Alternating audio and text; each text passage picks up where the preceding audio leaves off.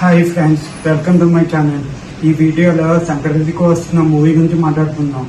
ఈ మూవీ వచ్చేసి 13 డేస్లో 276 కలెక్షన్స్ కలెక్ట్ చేసింది.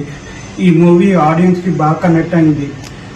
ఇంకోటి సంక్రాంతికి 3 మూవీలు వచ్చింది. ఫస్ట్ మూవీ వచ్చేసి game changer, second movie Daaku Maharaj and third movie వచ్చేసరికి సంక్రాంతికి వస్తున్నాం. ఇంకా 3 మూవీలు వచ్చిన ఈ మూవీ ఆడియన్స్కి బాగా కనెక్ట్ అయింది. ఎందుకంటే ఈ మూవీ ఒక కామెడీ మూవీ అండ్ ఫన్ బాగా జనరేట్ అయింది.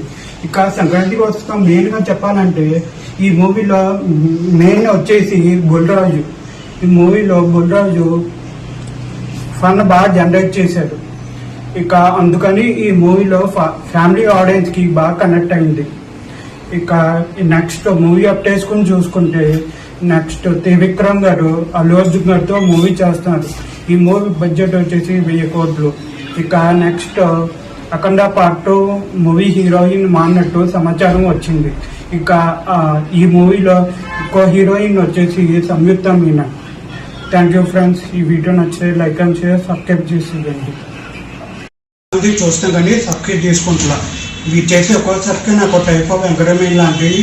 So please try to subscribe my channel. Thank you.